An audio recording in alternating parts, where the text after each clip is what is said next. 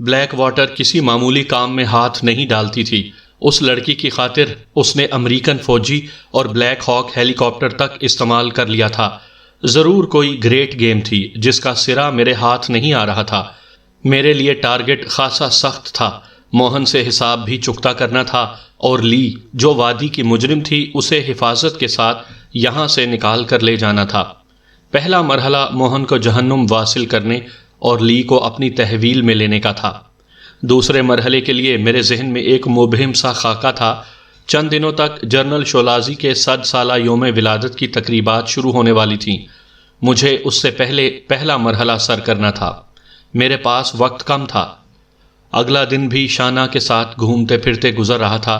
شانہ تھوڑی سی کھلی تھی۔ وہ اپنے شوہر کے ساتھ 6 مہینے سے وادی میں تھی۔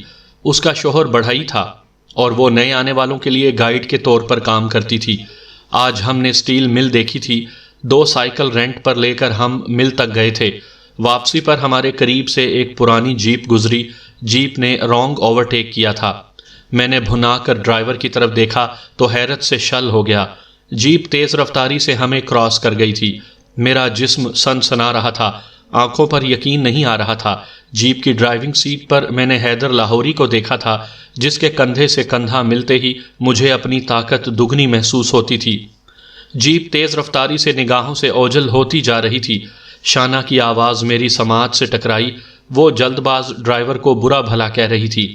میں نے اپنی کیفیت پر قابو پایا اور شاہانہ کی ہاں میں ہاں ملائی، مگر کاسائے سر میں ایک بھونچال سا آیا ہوا تھا۔ حیدر یہاں وادی موت میں کیا کر رہا تھا؟ دل نے پکار کر کہا، وہ بھی میری تلاش میں یہاں آیا ہے، یا پھر گل نواز کے انتقام کا جوش موہن کا تعاقب کرتے ہوئے یہاں لے آیا ہے۔ میرا سینہ جوش سے بھر گیا۔ دونوں صورتوں میں اس کی یہاں موجودگی اس کے اعلیٰ نسب دوست ہونے کا ثبوت تھی۔ جیپ رفتہ رفتہ نگاہوں سے اوجھل ہو گئی تھی، مگر میرا دل اور چین سکون سب ساتھ لے گئی تھی۔ معمول کے مطابق دن کا اختتام ہوا۔ اندھیرا ہوتے ہی میں اپنے کمرے میں بند ہو گیا۔ چمنی والی انگیٹھی میں دہکتے کوئلوں نے کمرے کو خوشگوار حرارت دی ہوئی تھی۔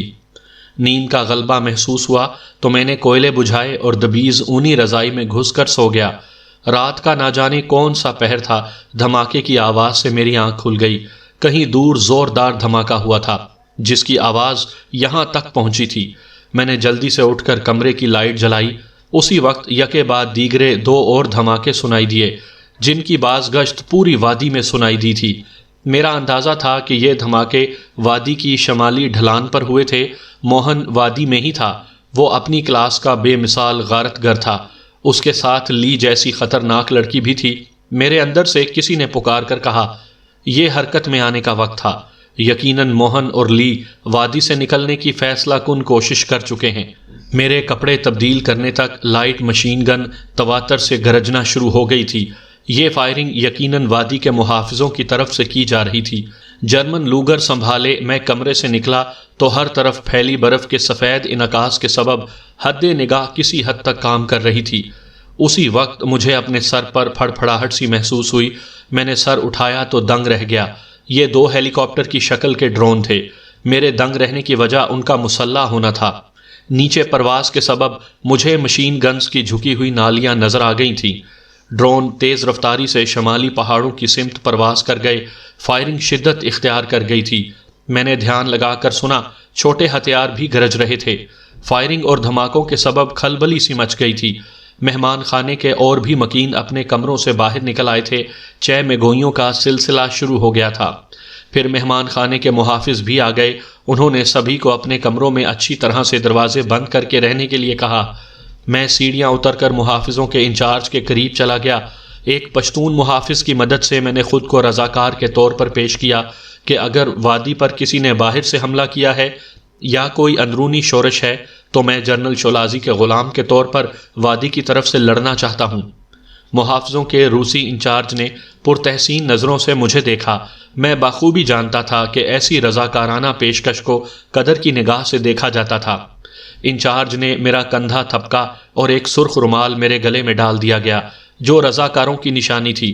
مجھے دیگر محافظوں کے ساتھ ہی مہمان خانے کے اطراف چوکس رہنے کے لیے کہا گیا۔ تھوڑی دیر میں میرے اندازے کی تصدیق ہو گئی تھی۔ موہن اور لی نے شمالی ڈھلان کے ذریعے وادی سے فرار ہونے کی کوشش کی تھی۔ عیارانہ منصوبہ بندی کے تحت لی نے بھوک سے قریب المرگ ہونے کا ڈرامہ کیا اور خود کو چوکی کے محافظوں کے حوالے کر دیا۔ یہاں محافظوں سے غلطی ہو گئی، وہ سارے اکٹھے ہو گئے۔ موقع سے فائدہ اٹھا کر پاس ہی برف میں چھپے ہوئے موہن نے اچانک محافظوں پر فائرنگ کر دی۔ لی بھی تیزی سے حرکت میں آئی تھی۔ انہوں نے چشم زدن میں محافظوں کو ہلاک کر کے چوکی پر قبضہ کر لیا۔ چوکی پر خاصا گولہ بارود موجود تھا۔ اس بلند چوکی پر قابض ہونے کے بعد انہوں نے دستی بموں اور مشین گنز سے نیچے والی چوکی پر قیامت برپا کر دی۔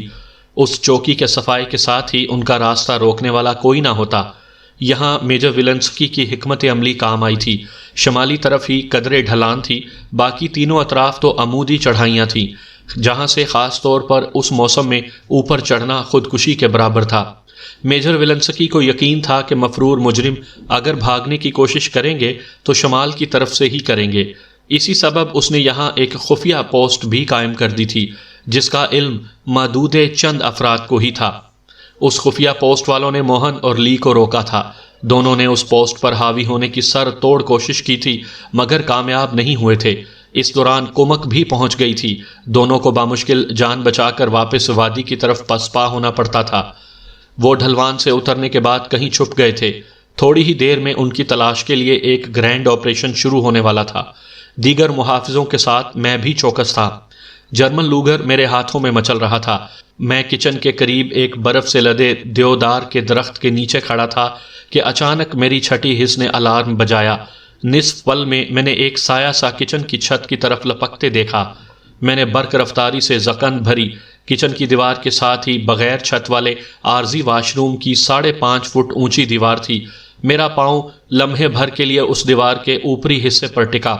وہاں پر قدم جما کر اگلے ہی پل میں کچن کی مخروطی چھت پر تھا۔ چھت پر واقعی کوئی تھا۔ مخروطی چھت پر پاؤں جمانا آسان نہیں تھا۔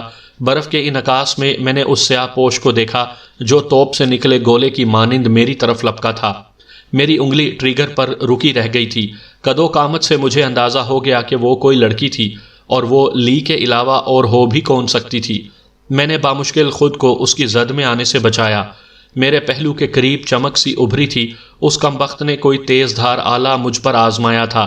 تیز دھار آلے سے بچتے ہوئے مجھے دانتوں پسینہ آ گیا تھا۔ اس کا دوسرا وار میں نے کلائی پر روکا اور جرمن لوگر کا دستہ اس کے سر پر مارا۔ کمبخت نیچے گرتے ہوئے مجھے سویپ کر گئی۔ اس کی گھومتی ٹانگیں میری پنڈلیوں سے ٹکرائی تھی۔ اگلے ہی پل زمین و آسمان نے لمحہ بھر کے لیے جگہ بدلی اور میں نیچے برف پر گرا ہوا تھا۔ اٹھنے میں نے لمحہ بھی نہیں لگایا، مگر لی غائب تھی۔ کوئی محافظ اس طرف آ سکتا تھا اور میں لی کی ارد گرد موجودگی راز رکھنا چاہتا تھا، اس لیے میں نے زیادہ سرگرمی نہیں دکھائی۔ محافظوں سے ہونے والی جھڑپ کے سبب موہن اور لی جدا ہو گئے تھے اور یہ میرے لیے نیک شگون تھا۔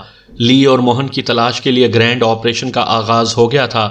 رات کے بقایا پہر میں خوب چوکس رہا تھا۔ مجھے یقین تھا کہ لی کو مہمان خانے کی چار دیواری سے باہر نکلنے کا موقع نہیں ملا ہوگا۔ سامعین کرام، آپ سن رہے ہیں اردو کہانی وادی مرگ۔ یہ اس سلسلے کی قسط نمبر 4 ہے۔ مجھے امید ہے آپ کو میری یہ کاوش پسند آ رہی ہوگی۔ آپ نے اگر ابھی تک میرا چینل مائی وائس سبسکرائب نہیں کیا تو ابھی میرے چینل کو سبسکرائب کر کے بیل نوٹیفیکیشن آن کر لیجئے تاکہ آنے والی ہر نئی کہانی کی اطلاع بر وقت آپ تک پہنچ سکے۔ اگلا دن وادی کے مکینوں کے لیے بے حد غم و غصے سے بھرا ہوا تھا۔ اب تک لی اور موہن کے ہاتھوں وادی کے 8 محافظ جاں بحق ہو چکے تھے۔ کچھ زخمی بھی تھے۔ جاں بحق ہونے والوں کے لواحقین جنرل شولازی کے مجسمے کے سامنے سینہ کوبی کر رہے تھے۔ دیکھتے ہی دیکھتے اس ماتمی جلوس نے آتشی روپ دھار لیا۔ مجرموں کی عبرتناک موت تک لاشیں نہ دفن کرنے کا فیصلہ ہوا۔ اس کے بعد تو جیسے پوری وادی کے مکین اور محافظ لی اور موہن کی تلاش میں نکل کھڑے ہوئے تھے۔ میں مہمان خانے میں ہی رکا رہا۔ مجھے یقین تھا کہ لی اسی چار دیواری میں کہیں مقید ہے۔ بطور رضاکار محافظ میں نے مہمان خانے کے سارے کمرے کنگالے تھے۔ آخر میں کچن ہی بچا تھا۔ کچن کے لیے میں نے رات کا وقت منتخب کیا تھا۔ ناشتے اور دوپہر کے کھانے کے لیے میں کچن میں گیا تو میں نے اس کی عمارت پر غور کیا۔ عمارت 2 حصوں پر مشتمل تھی، ہال، کاؤنٹر اور کاؤنٹر کے عقب میں کچن۔ ملحقہ راشن اور ایندھن کے سٹور اور کچن میں کام کرنے والوں کی رہائش گاہیں۔ یقیناً لی دوسرے حصے میں کہیں چھپی ہوئی تھی۔ یہ بھی ممکن تھا کہ اسے کسی ہمدرد نے جان ہتھیلی پر رکھ کر پناہ دی ہو۔ میں کچن کے ہال میں بیٹھا چائے کی چسکیاں لے رہا تھا کہ دل کی دھڑکن اچانک ہی بڑھ گئی۔ میں نے اپنے یار حیدر لاہوری کو ایک افغان ادھیڑ عمر کے چوڑے شخص کے ساتھ دیکھا۔ دونوں باتیں کرتے ہوئے ہال میں داخل ہوئے تھے۔ میں حیدر کے باروب ساتھی کو پہلے بھی مہمان خانے میں دیکھ چکا تھا۔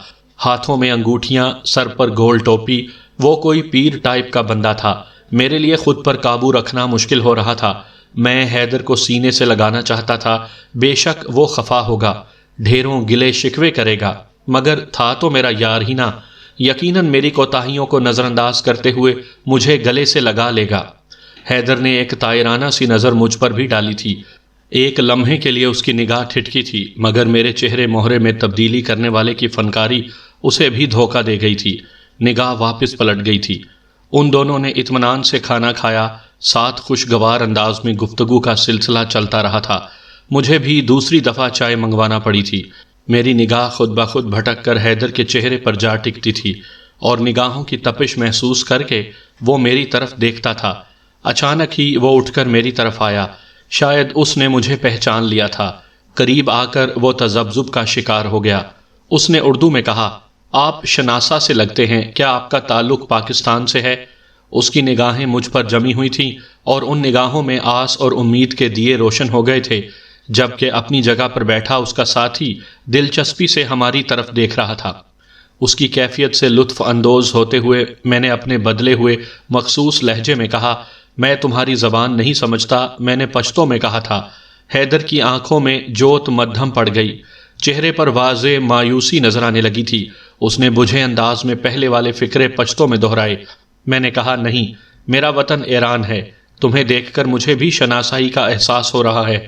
ہماری شاید کہیں ملاقات ہوئی ہے۔ تم کبھی ایران آئے ہو؟ اس نے نفی میں جواب دیا اور پھر معذرت کر کے واپس چلا گیا۔ میرا دل کٹ کر رہ گیا۔ ان کے اٹھنے سے پہلے ہی میں پہلے کچن اور پھر مہمان خانے سے باہر نکل آیا۔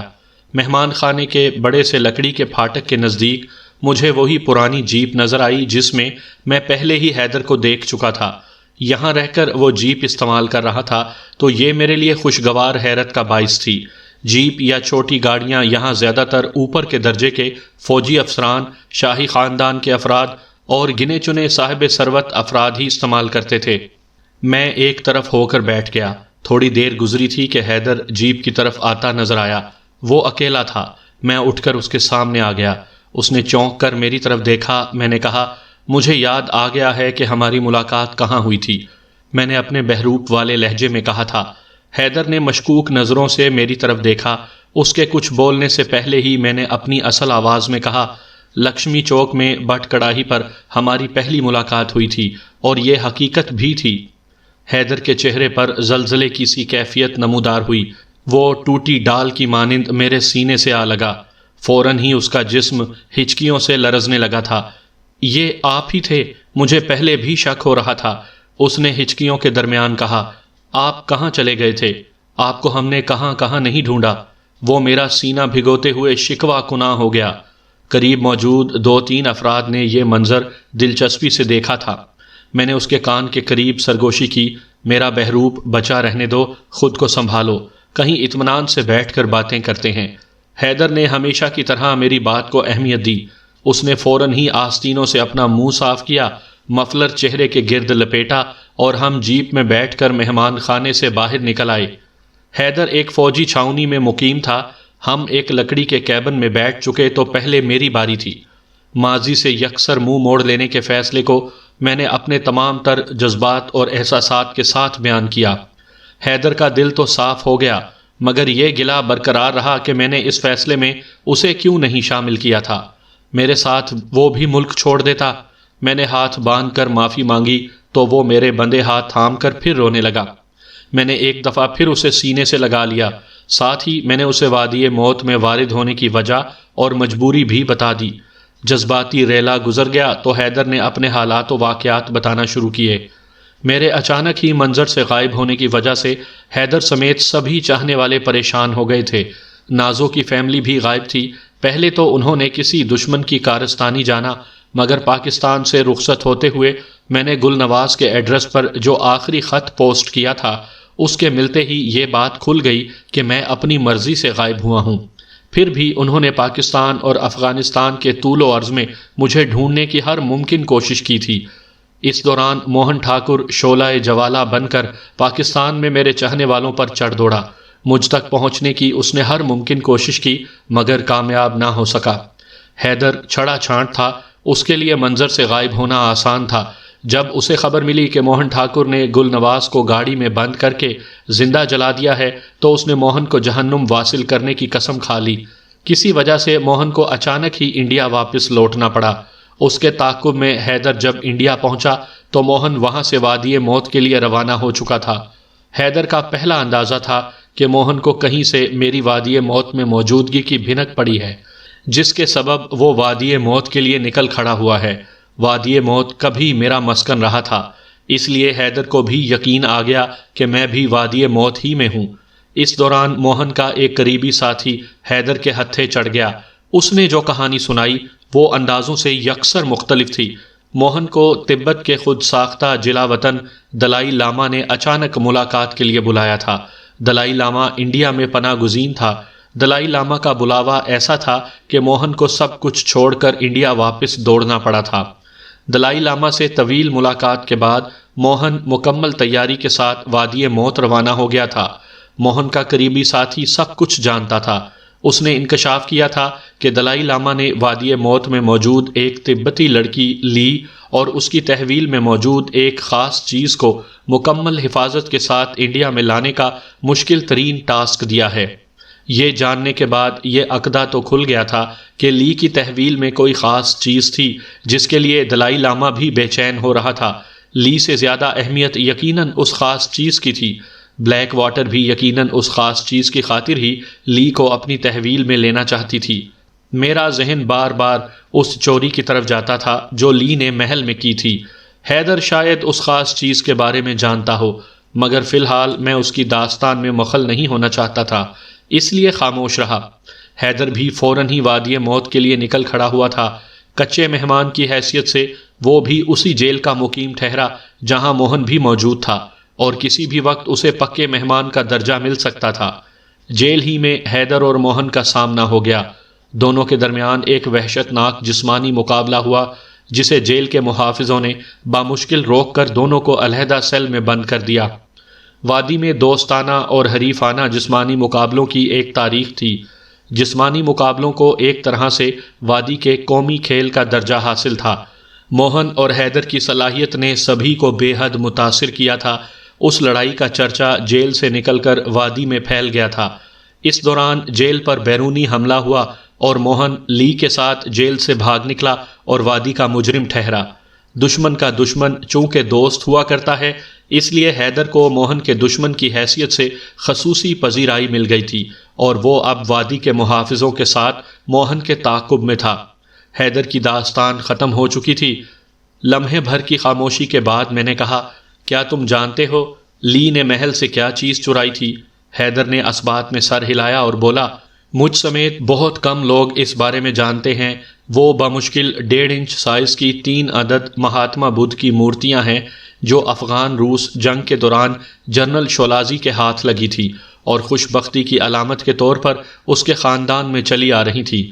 زیادہ تو نہیں جانتا مگر اتنا سنا ہے کہ وہ بعض لوگوں کے لیے بے حد متبرک ہیں۔ انہیں دوسری دنیا کی چابی بھی کہا جاتا ہے۔ شاید ان مورتیوں کی کوئی باقاعدہ تاریخ بھی ہے۔ عزت مآب ولادیمیر ان مورتیوں کی چوری کے سبب بے حد افسردہ ہیں اور شاید بیمار بھی ہیں۔ سارا کھیل میری سمجھ میں آ گیا تھا۔ یہ قیمتی ترین نوادرات کی کہانی تھی۔ بلیک واٹر یا جو اور نامعلوم ذرائع آزما ان مورتیوں کے حصول کی دوڑ میں شامل تھے، ان کے لیے یہ بے پناہ دولت کا باعث تھی۔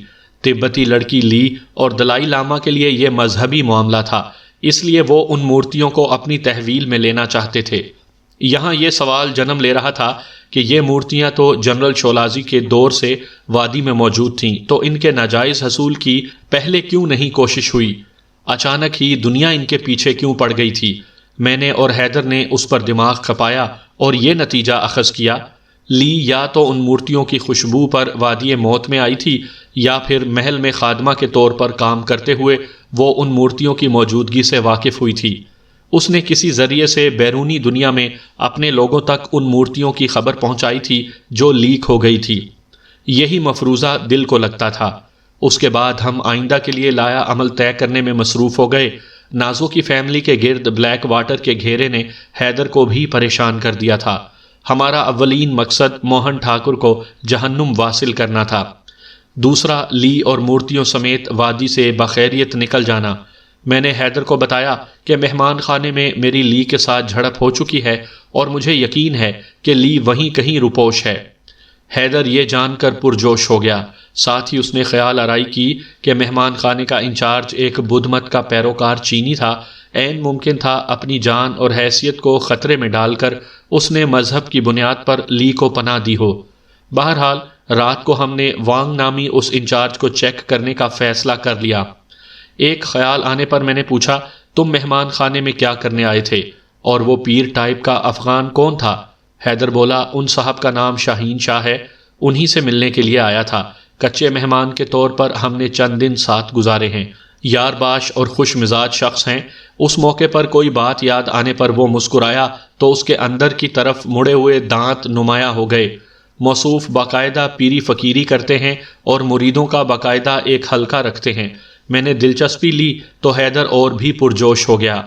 اب ذرا دل تھام کر سنیے گا، شاہ صاحب نے میری درخواست پر جیل ہی میں استخارہ کر کے مجھے بتایا تھا کہ آپ بہت جلد مل جائیں گے۔ اب دیکھ لیں، آپ میرے سامنے بیٹھے ہیں۔ میں نے ہنستے ہوئے کہا، تو پھر دونوں ہی شاہ صاحب کے مریدوں میں شامل ہو جاتے ہیں۔ حیدر بھی ہنسنے لگا۔ ہنستے ہوئے وہ کتنا اچھا لگتا تھا۔ میں چند لمحوں کے لیے اسے دیکھتا رہ گیا۔ کیبن سے نکل کر ہم چھاؤنی میں آ گئے۔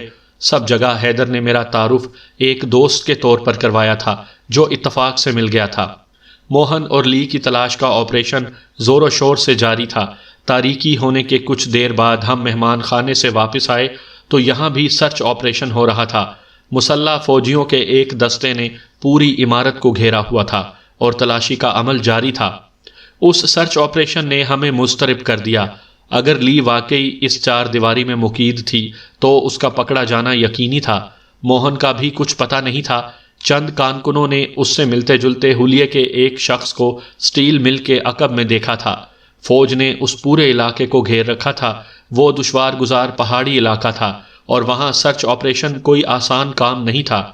مہمان خانے میں تلاشی کا عمل مکمل ہو گیا، کچھ بھی ہاتھ نہیں آیا تھا۔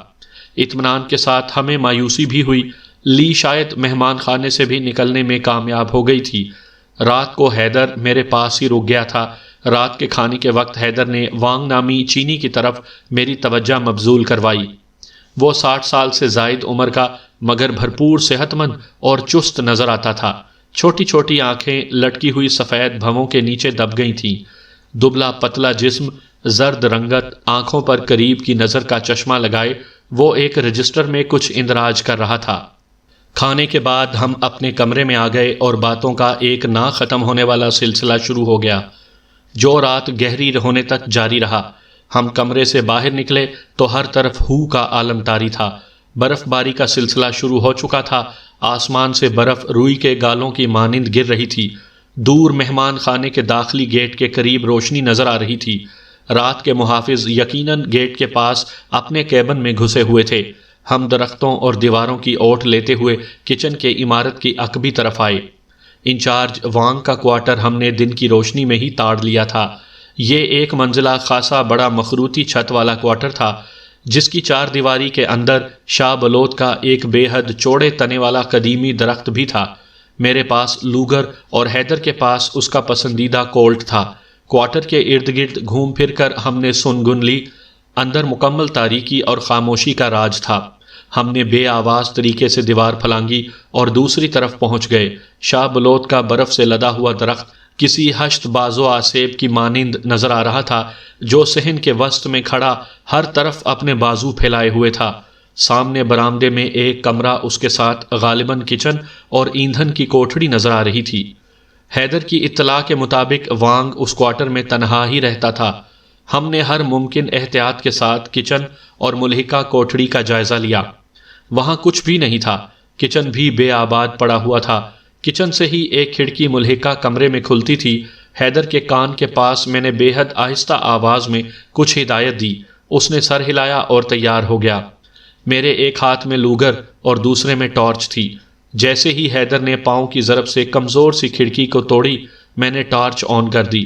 طاقتور ٹارچ نے دوسری طرف کا منظر روشن کر دیا تھا۔ دبیز قالین پر دو نفوس اونی گدوں میں خواب خرگوش کے مزے لے رہے تھے۔ کھڑکی ٹوٹنے کی آواز نے انہیں بیدار کر دیا تھا۔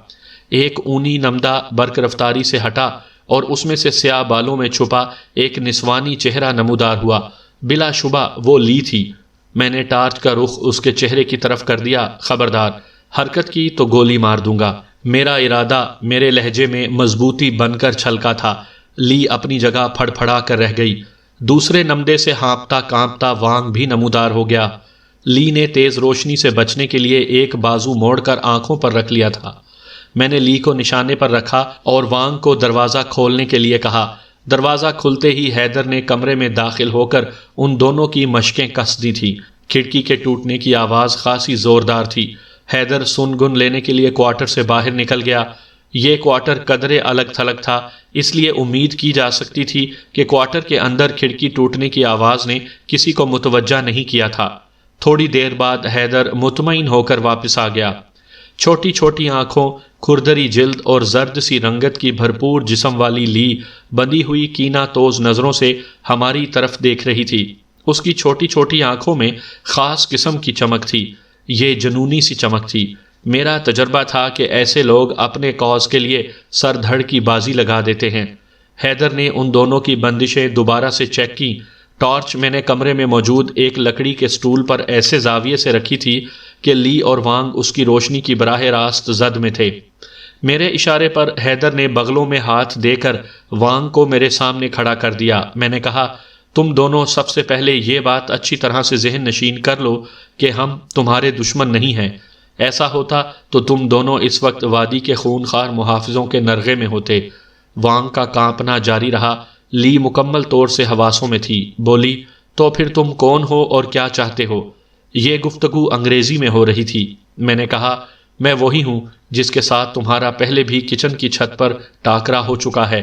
اس وقت اگر میری زبان خاموش نہ رہتی تو تمہیں گھیرنا بے حد آسان تھا۔ لی نے قدرے اطمینان کا سانس لیا۔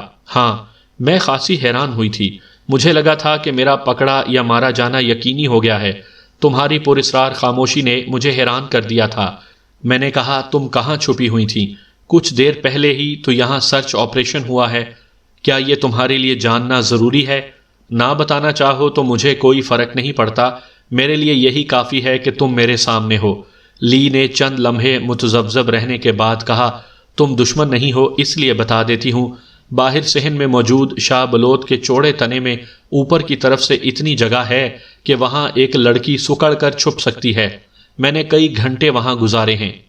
اس طرح کی گفتگو سے ہمارے درمیان اطمینان بحال ہو گیا۔ وانگ انگریزی نہیں سمجھتا تھا، اس لیے ساری گفتگو لی ہی کر رہی تھی۔ حیدر نے سہارا دے کر لی کو دیوار کے ساتھ ٹیک لگا کر بٹھا دیا اور اس کی ٹانگوں پر اونی نمدہ پھیلا دیا تھا۔ وانگ کی خاص ضرورت نہیں تھی، اس لیے اسے لٹا کر اس پر اونی نمدہ ڈال دیا۔ لی نے بتایا کہ وانگ بہت پہلے سے اس کے ساتھ ملا ہوا تھا۔ مشکل وقت کے لیے ہی اس نے شاہ بلوت کے تنے میں چھپنے کے لیے جگہ بنائی تھی، اور حفظ ما تقدم کے طور پر بنائی یہ جگہ آخر کام آ ہی گئی۔ میرے اور لی کے درمیان گفتگو کا سلسلہ شروع ہوا۔ اس کی مشقیں بدستور کسی ہوئی تھیں اور میں اس کی طرف سے پوری طرح چوکس تھا۔ حیدر ارد گرد سے باخبر رہنے کے لیے باہر نکل گیا تھا۔ میں نے اسے جانچنے کی غرض سے کہا، ایک خلقت تمہارے لیے دیوانی ہو رہی ہے۔ بلیک واٹر نے میری فیملی کو یرغمال بنا کر مجھے مجبور کر دیا ہے کہ تمہیں یہاں سے نکال کر ان کے حوالے کر دوں۔ اس کے علاوہ بھی متعدد طاقتور لوگ تمہیں اپنی تحویل میں دیکھنا چاہتے ہیں۔ اس کی آخر کیا وجہ ہے؟ میں نے جان بوجھ کر دلائی لاما کا ذکر نہیں کیا تھا۔ لی کے کھردرے چہرے پر جو مسکراہٹ ابھری اسے میں کوئی معنی نہیں دے سکا۔ وہ بولی، کرنل سیم جیسے لوگوں کے لیے کام کر رہے ہو اور بے خبری کا یہ عالم تمہاری سادگی پر قربان ہو جانے کو جی چاہ رہا ہے۔ مجھے جھوٹ بولنے کی کیا ضرورت ہے؟ میں نے بتایا ہے کہ میری فیملی کو انہوں نے یرغمال بنایا ہوا ہے۔ اس دفعہ اس نے ایک نئے زاویے سے میری طرف دیکھا۔ تمہارا ذاتی تعارف کیا ہے؟ میں نے کہا، پاکستان کے مغربی علاقے سے تعلق رکھنے والے علی یار خان کا نام تم نے سنا ہے کبھی؟ لی نے آنکھیں سکیڑ کر میری طرف دیکھا۔ میں ملگجے سے اندھیرے میں تھا مگر نقوش پہچانے جا رہے تھے۔ لی بولی، اگر تم پہاڑی تیندوے کے نام سے معروف علی خان کا نام لے رہے ہو تو اس کا یہاں کیا ذکر؟ میں غائبانہ طور پر جانتی ہوں اسے، تصویروں میں بھی دیکھ رکھا ہے۔ میرے خد و خال میں تبدیلی کر دی گئی ہے، میں ہی علی یار خان ہوں۔ چند لمحوں کے لیے میں نے ٹارچ کا رخ اپنے چہرے کی طرف گھمایا تھا۔